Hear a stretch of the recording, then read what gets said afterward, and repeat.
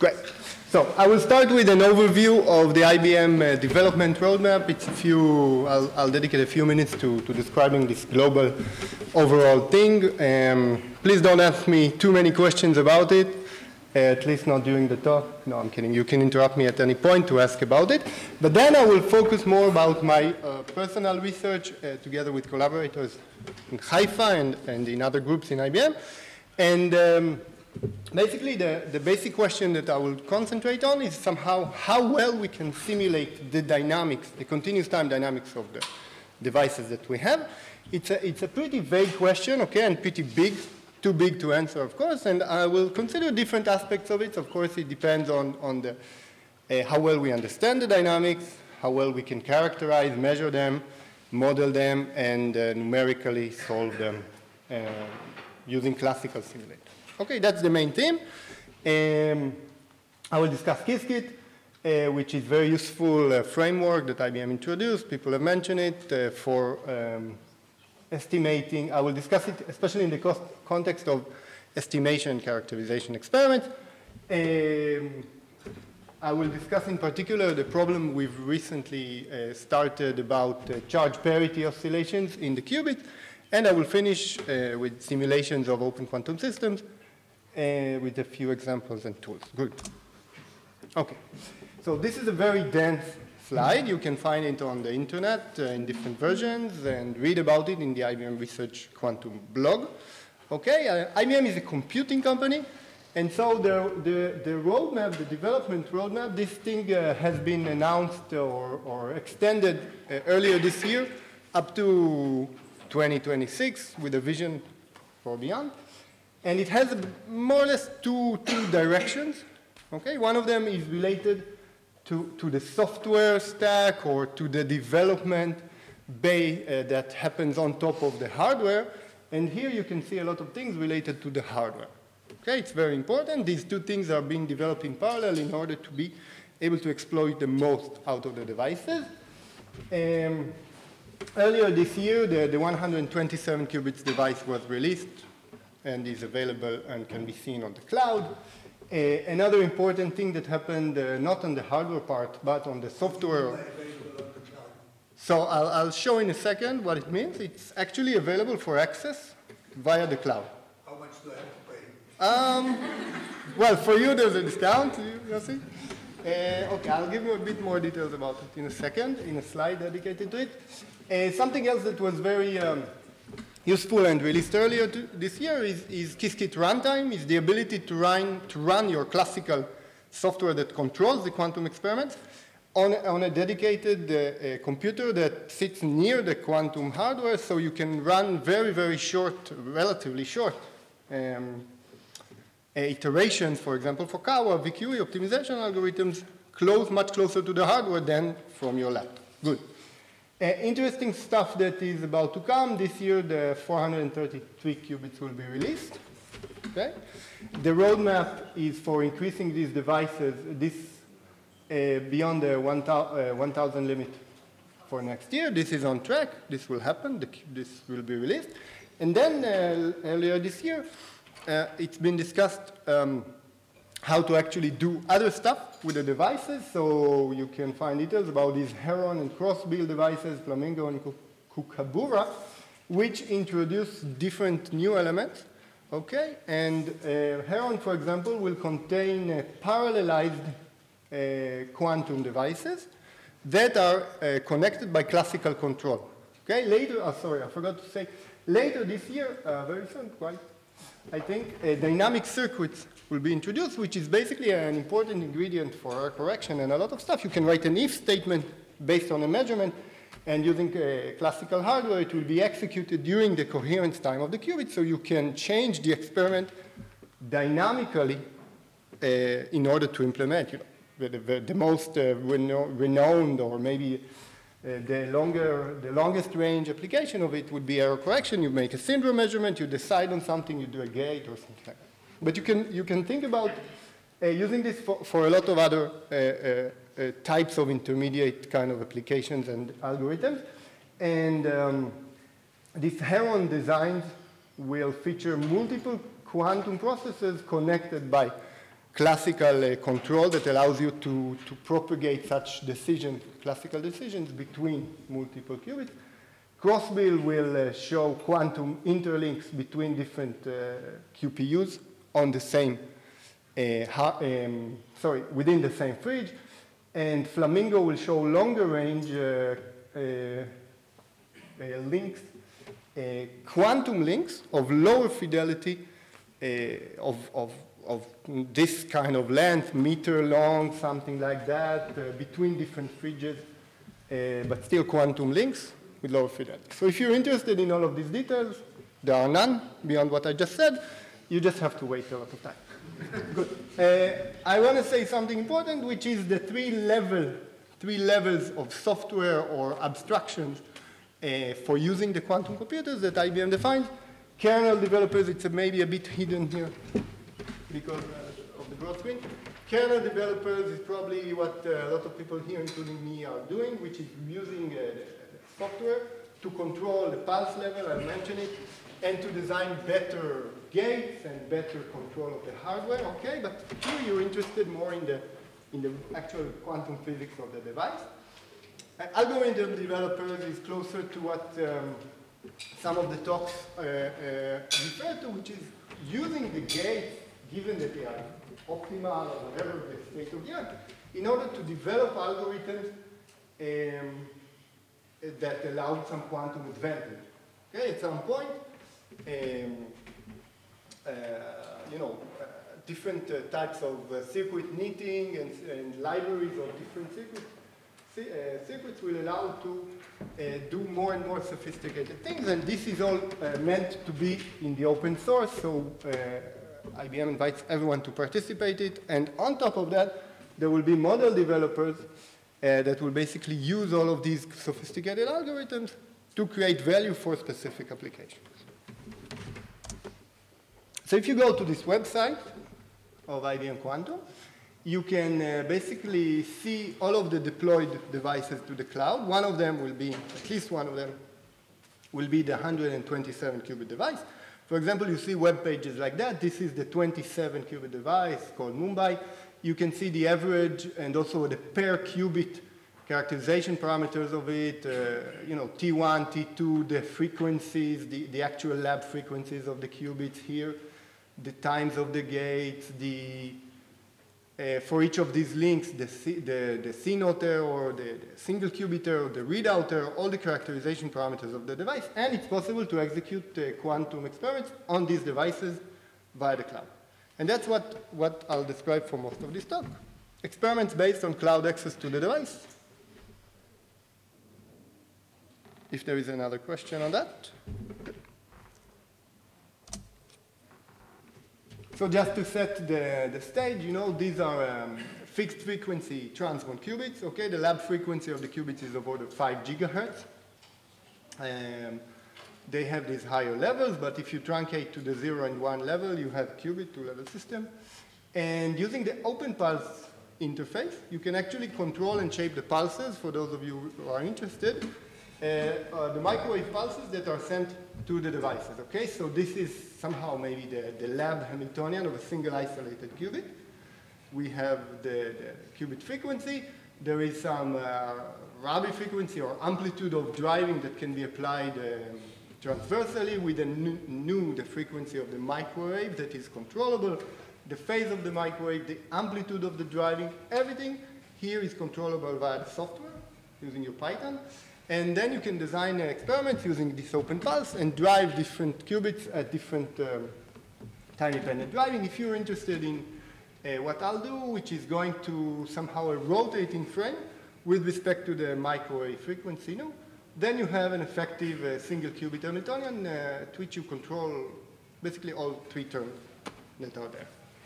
Okay, that's the basis of running an effective experiment controlling the qubits at the single qubit level.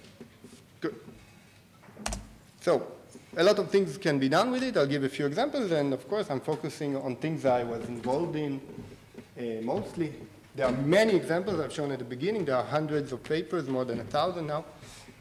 One thing which is very useful is this package called Qiskit experiments that has been written by many colleagues of mine in Haifa and in Yorktown and in Zurich and Tokyo, okay? And it kind of exposes in a very useful and easy to use way all of the characterization and benchmarking experiments that are very useful for doing with qubits. This is a software thing with Python that maybe some people can also use in the lab.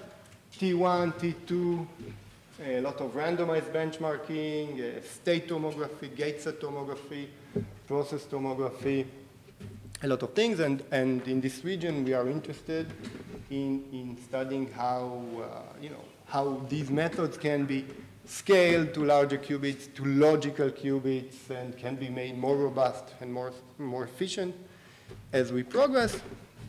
I'll give one example, which is an interesting example, I think, because this was a realization or a study. So there was a question of, can we implement a gate which is not in the Clifford gate? Okay, C0 is in the Clifford gate, but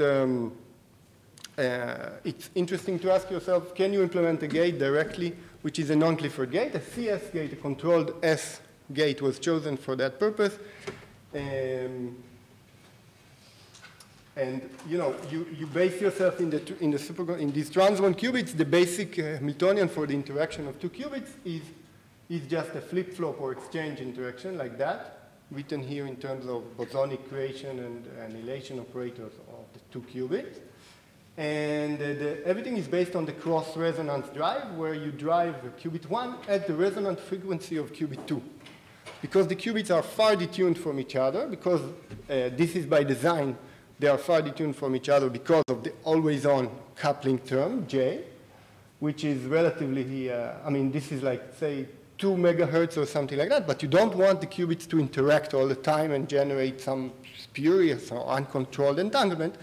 So you fabricate the qubits on these devices far from each other at the scale of a few tens on the 100 to 150 megahertz detuned from their neighbors. This is how you avoid uncontrolled entanglement, and then in order to generate entanglement, you drive the qubits with this cross-resonance pulse. And what I want to sell basically in this slide is that using Qiskit pulse and the web cloud interface, you can design a new gate and reach almost the coherence limit. This line is kind of the fidelity of the gate, this controlled S gate. As a function of the driving pulse width, some parameter that we use to optimize it.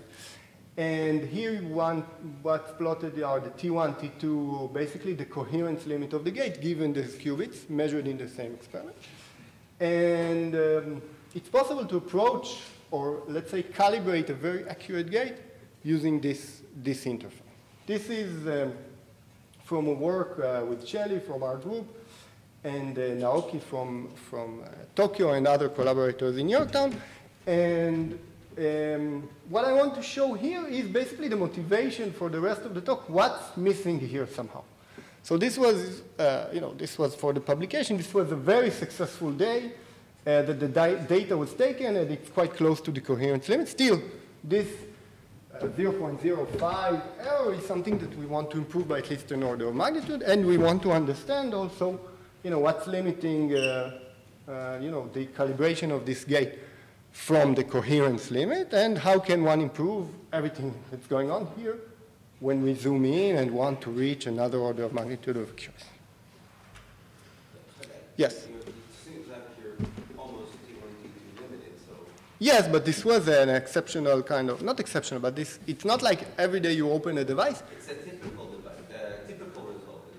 It's a result of one of a few attempts, but it's very hard to make a 127 qubit device seem like that. And this is actually an ongoing effort. This is clear, right? This is the effort maybe in the industry. But the point maybe in this figure is that you can reach this limit, okay, via cloud access and via using tools which are less traditional and now are modern tools for working with qubits. And now you can parallelize it and study the stuff in a much greater efficiency using these toolboxes. Yes? As far as I know, randomized benchmarking can only be used for Clifford gates, but controlled S is not a Clifford So that's the interest on the side of the group theory aspect of this work. And you can ask Shelley, who is here today, from our group, because I don't know how to answer this. It's another group. You're doing it on another group. This is circuits. Yes? How big is the device? This was run on the 27-qubit device, but we focused on a 2-qubit gate there. Okay. So there is a lot. Yeah, go ahead. So the behavior of the errors are clear that with time it goes down and then up. But I would guess that the gap between the RV and the coherence limit will actually become better with time. With a very long driving. Yeah, maybe the calibration. Yeah, that's a good. Yeah, of course. Now I understand why you say that. Maybe the calibration was not so successful in this limit. Maybe it's something non-Markovian that's going on there. I don't know. Who knows? Yeah, that's a good question actually. So we want to be able to increase our understanding of the devices. So let's. Exactly, let's move on. I just want to say something that is quite useful. Another work that we did only via the cloud. And you see here results from a 27-qubit device where we used Bayesian estimation to just learn much more precisely the initial state, the spam errors, which include the initial state and the measurement error, and also actually the gate error with a very high precision. And what I want to tell you in this plot is that the qubit initial state has an XY component of about 5%, okay? Tilted from the Z-axis, you would expect the initial state to be a mixed state of 0 and 1, but it turns out that the reset pulse that is used to reset the qubits leaves behind a coherent component, which is reproducible, stable over time. This is like something over 8 hours of different experiments, and rho naught is the magnitude of the initial component in XY plane that is left coherent and stable for a lot of time. And when you mitigate it, this is a work together with Deckel from our group that is also here if you want to ask details. When you mitigate it for a large number of qubits, for example, you create some large n qubit, 5, 6, 7 qubit Katz state like this, then without the mitigation, the fidelity of some expectation value is much smaller than the theory value or the expected value. But if you mitigate the initial state together with readout mitigation, which is pretty well known, you can improve the result significantly. And okay, that's good. And then we asked ourselves, related to this, let me see, check the time. Okay. We asked ourselves a very simple question that people ask a lot. What do the qubits do if you put them in the XY plane and just leave them there? So you would expect a T2 mechanism to make the qubit length decay exponentially in the XY plane. And here I'm plotting 2 qubits from 2 experiments on the same device, one of the 27-qubit devices. And you can focus on the top panel. This is the length, rho, in the XY plane, and it doesn't decay exponentially like a T2 mechanism. Okay, it does oscillations. Here they are pretty nice. Here they are even stranger. And people working with superconductors might know very well. It's not necessarily a non-Markovian noise that is one of the aspects that is also being discussed a lot in the industry. It's something else, okay? Someone wants to guess? Someone who doesn't know the answer? So it's actually charge parity noise. What happens is that the qubits have become pretty good in recent years, in particular these qubits that we access here, that you can resolve, that you can actually see in the experiments the effects of quasi-particles, single quasi-particles, tunneling into the qubit and tunneling out of it. And what happens is the following. If there is a single quasi-particle on the island, so the charge parity is odd, as opposed to none or no single quasi-particles or an even parity number, there is a very small level splitting of the excited state. Okay, it's split by a few tens of kilohertz. And they rotate and they have a relative frame in which they rotate in opposite directions. And this causes, when we average over 1,000 shots, which are equally distributed between the two parity states, it causes this kind of, this kind of effective effect that we see when we average over the length of the vector in the xy plane.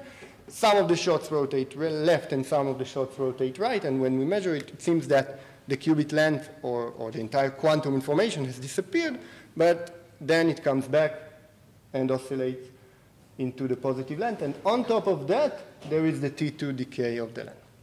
Okay, so this is a quite small effect. We model it by saying, okay, the qubit density matrix is this convex sum of even shots and odd shots. Okay, and the Hamiltonian that the qubit sees in the even case has a qubit frequency of omega even, and in the odd case, an omega odd frequency. And these two differ by the small splitting, which is the charge, the parity oscillation frequency nu. So just a second, let me just finish this. So if we say there is the microwave frequency, which is our reference frame, we are detuned from the real qubit frequency by a small amount delta, which is a small residual error that we are not aware of. And the even and odd are further split by the frequency nu. This is how we parameterize the fact that in each shot of the experiment, there can be or cannot be an even or odd number of quasi-particles on the qubit. Yes, go ahead. So these two frequencies, do they fit like the calculate? So you can calculate, the frequency for odd and even. Do they fit? I didn't calculate them from. You can calculate these two solutions for odd and even, so you can get these two frequencies. And are Okay, those the frequencies that you actually see in the experiment, or does it deviate? We did not calculate. If you know the gap and all the microscopic parameters. Just the anomalicity. Yeah. You just need Just the anomalicity? EC and EJ. Okay. It's exponential. Okay. So no, we didn't calculate it actually. We should, but it's actually, I mean, it's that for sure by confirmation by other experiments. It compares well to all the experiments, but we should definitely do that. Yeah, definitely. Yes. When you report T2, do you report so if you go to the previous plot, do you report the top thing that's happening, or is it just the beginning? When you say you, do you mean? IBM. No.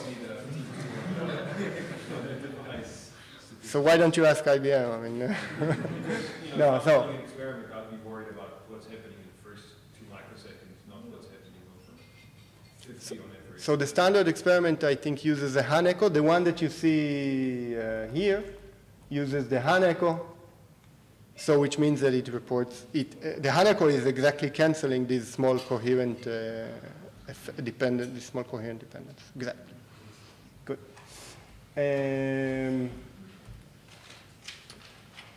Okay, good. So now, when we started this project, and the experiment goes as follows: that 2 qubits now are rotated into the xy plane. Okay, this is like an experiment that wants to measure the ZZ interaction. And maybe I should mention something that I didn't mention so far. So when you have multiple qubits in these transmon devices, there is this always-on interaction between them that is very far from resonant. But if you do some perturbation analysis of it, you are left with a ZZ effective interaction, which has an order of magnitude of, again, a few tens of kilohertz, just because the qubits are sitting there with their flip-flop exchange and very far from resonance with each other. And this is also a very interesting interaction, because it's still, we are at the level that we are interested in these accuracies of a few tens of kilohertz of interaction and improving the gate with respect to all of these spurious interactions. Good. So it's quite common to do an experiment to estimate the ZZ coupling between idling qubits. So you put the 2 qubits in the xy plane. Typically, you would put one of the qubits either in 0 or in 1 and measure the frequency difference of the oscillations. But here we can do a lot of things simultaneously. We put the 2 qubits in the xy plane, and we measure and we monitor the qubits. Each qubit's oscillation has 4 frequencies in it. And there are 13 parameters in this fitting equation for this characterization experiment. It's quite a lot. And there is another mechanism here that appears in this work by 2 other IBMers in Yorktown, which is the fact that due to the ZZ interaction, when both of them, or not with both of them, when one of them is in the xy plane interacting with the other, the decay, the decay rate, the T2, the decoherence rate of this qubit that rotates nicely in this plane, is affected through the ZZ interaction by the state of the neighboring qubit, because if the neighboring qubit is in the ground state, nothing happens. But if the neighboring qubit is in the excited state, at some point due to T1, it will decay to the ground state, which will cause an abrupt change in the ZZ induced frequency of this qubit. Okay, so due to this spontaneous decay induced dephasing mechanism, actually one has to fit, for qubit 1, has to fit two T2 rates based on the state of its neighboring qubits, just when you do the experiment. And it's a very noticeable effect, again, at the levels of accuracy of these experiments. Few minutes left, great. And these are very, very recent results from Liran. So the fitting works very, very well for these 13 parameters that I mentioned, which include the ZZ interaction of two neighboring qubits, the detuning error with a high precision for each of them, the different T2s that come from the ZZ interaction, and the parity oscillation frequency. And what we can do with that now, in order to pursue the line of reasoning I started with, is try to estimate the parameters of the qubits and the device, and ask ourselves, when we actually do take the 2 qubit parameters from different experiments and plug them into a simulation of a manic body evolution of the qubits, what is the physics that we are seeing? Are we seeing only contributions from the 2 qubit parameters that we estimated, or do we see anything beyond that? And this is a very, very recent result. This line of things started in the talk earlier. So this is also from yesterday. So this is just the simplest extension of this experiment. This is taking the parameters of 3 qubits fitted in pairs to uncover the parity oscillations, the detuning error very accurately, and the ZZ interaction between each two of them, putting it in a simulator and simulating the evolution and comparing to the simultaneous experiment where 3 qubits are put in the XY plane and let idle and evolve freely under their interaction. And for these 3 qubits, actually the fit, no, not the fit, this is not a fit, the agreement of the experiment and the simulation is pretty good. So it's boring, right? So there's no new many-body physics, nothing is happening there, no next to next to next nearest neighbor interactions, etc. So if that's it, maybe we'll finish. But I want to say that we have a prospect for continuing this, and actually, indeed, do extensive simulations of the devices in this way, and start and ask the question of whether we can see effects that are not explained by these 2-body parameters. We have a way to map the charge parity, I mean, it's not a big deal, to map the charge parity Hamiltonian, which involves now 4 levels of the qubits, you know, so a ground state, a Cooper pair, 1 quasi-particle there, the excited state Cooper pair, and the excited state Cooper pair plus a quasi-particle, onto a 2-qubit effective Hamiltonian. So it's very convenient because we can use our simulators to simulate it with some ZZ interaction between the 2 qubits. And just the last statement to kind of this talk would be the fact that with brute force methods, because the Hilbert space increases by a 2-fold, we can simulate Lindblad dynamics of roughly 5, 6, perhaps 7 qubits at most, using a brute force solution, you know, for the density matrix, which becomes now 2 to the power 2n by 2 to the power 2n. So at 7 qubits, the density matrix is more than 1 giga of memory or something like that. But fortunately, we have a solution for that, which uses an MPS ansatz simulation for the Lindblad dynamics, which is very suitable for this kind of setup. Technically, this is the end of the time, so I will just give a small PR. This is Qiskit Dynamics. It's a very useful package for simulating dynamics of qubits. Qiskit Metal, if some of you know, is a very useful package for designing qubits. And there is next week, I think, in about a bit less than 2 weeks, a workshop which is within the IEEE Quantum Week, a workshop about using Qiskit dynamics and Qiskit metal to design and simulate the dynamics of superconducting qubits. You can register and attend it. It's very interesting. And if you're interested in this high-performance solver for Lindblad dynamics that can solve tens or more of qubits with Markovian evolution, you know, single qubit, 2 qubit Hamiltonian, and dissipative terms, you can look it up under the buzzword or the code name Lindblad MPO on GitHub and contact me. Let me skip these simulation results and say that this is the Haifa team. Some of the people are here. Eli, our manager, Shelly, Liran, the intern from our group, which is soon to finish his internship, and Dekel, which I mentioned before. This is a very diverse group. We have very different research interests in computer science, math, group theory, physics, and different characterization and stuff like that. Contact us by looking on the web or contact us here. I think if you want to belay something very quickly after the presentation, talk to me. And there are many tools for learning quantum computing using Qiskit on the web. Thank you very much.